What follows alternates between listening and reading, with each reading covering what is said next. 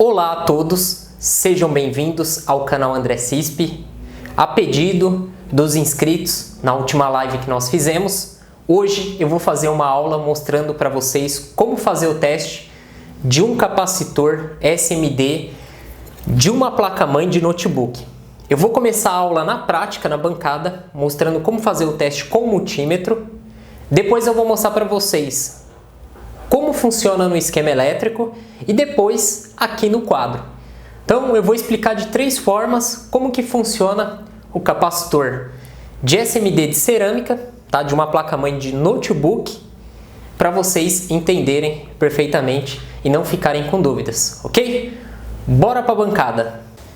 Vamos fazer o teste na prática do capacitor de SMD. Eu estou com uma placa-mãe de notebook, onde nessa região aqui eu tenho alguns capacitores de cerâmica SMD. Estou com um multímetro simples, para ficar fácil aí de vocês entenderem o teste, ok? Então no multímetro vamos colocar nessa escala de diodos semicondutores, onde emite o bip. Vamos encostar uma ponta na outra. Quando ele emite o bip, significa que os elétrons estão sendo conduzidos aqui nas pontas de prova. E ele mostra aqui resistência 0. A ponta preta vamos colocar no ponto de terra da placa-mãe do notebook, no parafuso, ou podemos colocar aqui nos terras das portas USB, ok? Vamos colocar aqui onde vai o parafuso. Vamos colocar a ponta vermelha aqui onde vai o outro parafuso, para ver se o aterramento está correto da ponta preta. Então a ponta preta está aterrada. O capacitor de cerâmica SMD, placa-mãe de notebook ou de qualquer outra placa eletrônica é muito simples. Ao encostar a ponta vermelha de um lado, se ele apitou desse lado, significa que esse lado está ligado ao terra. Vou tirar a ponta vermelha desse lado do capacitor e vou colocar do outro lado. Ele não deve apitar. Observem que a resistência está alta. O capacitor ele funciona como uma chave aberta. Desse lado que a resistência está alta, é onde nós temos a linha de mais B. É onde nós temos o lado da tensão positiva. Do outro lado, que é o terra, ele deve apitar. Então esse capacitor ele está bom. Vamos ver aqui outro capacitor. De um lado é o terra, ele apitou, e do outro lado ele não pode apitar. Se ele apitar, esse capacitor ele está se comportando como uma chave fechada ou existe um curto na linha.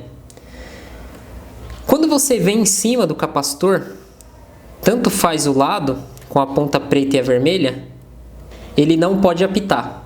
Ele tem uma resistência alta.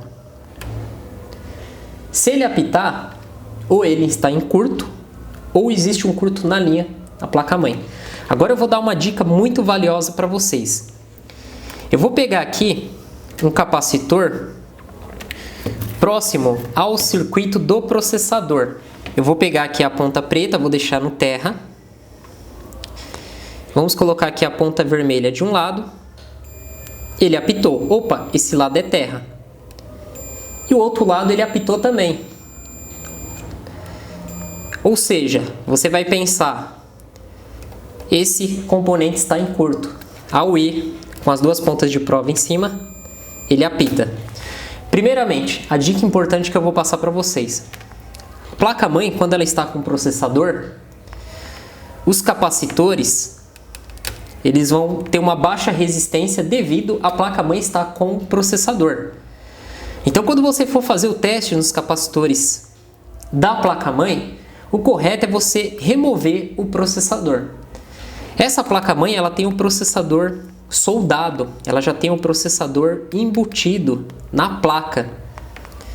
Então, essas placas-mães que os processadores são soldados embutidos na placa, são placas-mães mais difíceis de fazer o conserto por causa desse motivo. Processador baixa resistência do capacitor. E aí você vem aqui no capacitor do lado, ele apita, do outro ele apita, você vem aqui.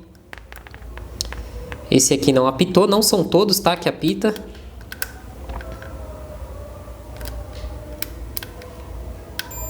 Ó. E aí você acha que todos os capacitores estão em curto, só que o problema é que o processador ele faz isso, ele baixa a resistência.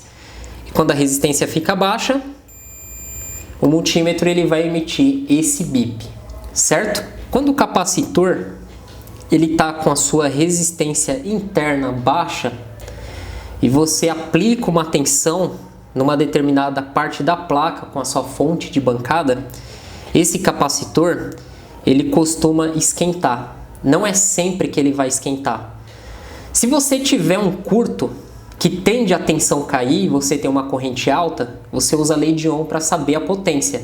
Tensão vezes corrente. Se a tensão é zero e a corrente é alta, você não vai ter potência, ele não vai dissipar calor.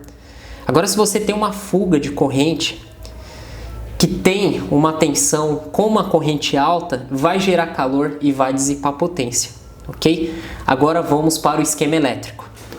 Eu estou aqui com uma parte de um esquema elétrico de uma placa-mãe de notebook. Os capacitores de cerâmica, eles têm valor, tá? Cada um tem um valor. Então, como vocês podem ver esse aqui, ó, o C15, ele tem 0,01 microfarad por 25 volts. O C14, ele tem 0,1 microfarad. O C20, 10 microfarad por 6,3 volts. O C14 aqui, ele tem 10 volts. E como vocês podem ver, ele funciona como uma chave aberta. Aqui nós temos a tensão desse lado, que o multímetro ele não vai apitar com a ponta preta no terra, e do outro lado é o terra.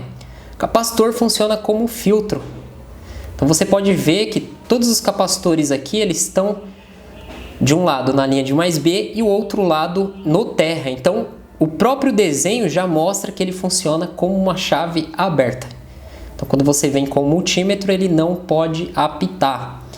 Se ele apitar, ele está com a resistência baixa, ou naquele caso a placa-mãe está com o processador, ok? O esquema elétrico ele mostra para você a numeração dos componentes, os valores. Naquela placa você não tinha nem a escrita serigráfica falando se aquele componente era um capacitor ou não. Vamos para o quadro agora. Agora, pessoal, vou mostrar aqui no quadro para vocês aquilo que foi mostrado na prática do teste do capacitor e também mostrado no esquema elétrico. Então, este é o símbolo do capacitor de cerâmica em um esquema elétrico. Quando vocês olham para esse símbolo, vocês vão ver que o capacitor, como eu falei para vocês, funciona como uma chave aberta. Então, você imagina uma chave aberta. Nós temos aqui 12 volts, né? Vamos colocar uma tensão aqui só como exemplo. Essa tensão, ela para aqui, ó. Ela não passa para o outro lado, que é o terra. Então aqui vem uma tensão, os capacitores eles vão filtrar. E de um lado, se você vir com o multímetro, você vai encontrar a tensão. Do outro lado você não vai encontrar. Isso o capacitor estando bom. O teste de continuidade, quando você coloca a ponta preta do multímetro num ponto de terra, você tem que ter a sua referência. Então a referência é o ponto de terra. E a ponta vermelha aqui desse lado, que é o positivo, ele não pode apitar. Tá? Se ele apitar, o que acontece? É como se não tivesse um capacitor, é como se tivesse assim, ó, direto aqui um fio. Ele estando bom, não apita. Quando você vir aqui no negativo, vai apitar, porque a sua ponta vermelha bateu com a referência do terra, com a ponta preta. Aqui do lado a mesma coisa, e aqui a mesma coisa. Quando o capacitor, a resistência interna dele fica baixa, então ele vai funcionar como uma chave fechada. Você vem aqui, com o multímetro ele vai apitar, ponta vermelha e preta, ou a preta no terra, a vermelha aqui ele apita. Aí nós falamos que o capacitor está em curto. A linha de mais B aqui, a tensão que vem, ela vai para o terra. Quando isso acontece, uma placa mãe de notebook, uma placa de celular, que inclusive eu explico isso aqui nas aulas de eletrônica no curso de celular, a placa ela não vai ligar, né? A placa ela não liga. E aí, em alguns casos, o componente esquenta e em outros casos, o componente não esquenta. Ok? Então, esta foi a aula de hoje. Uma aula bem rápida explicando o funcionamento de um capacitor SMD de cerâmica. Tem muitos alunos que vão falar, e a capacitância, e não sei o que.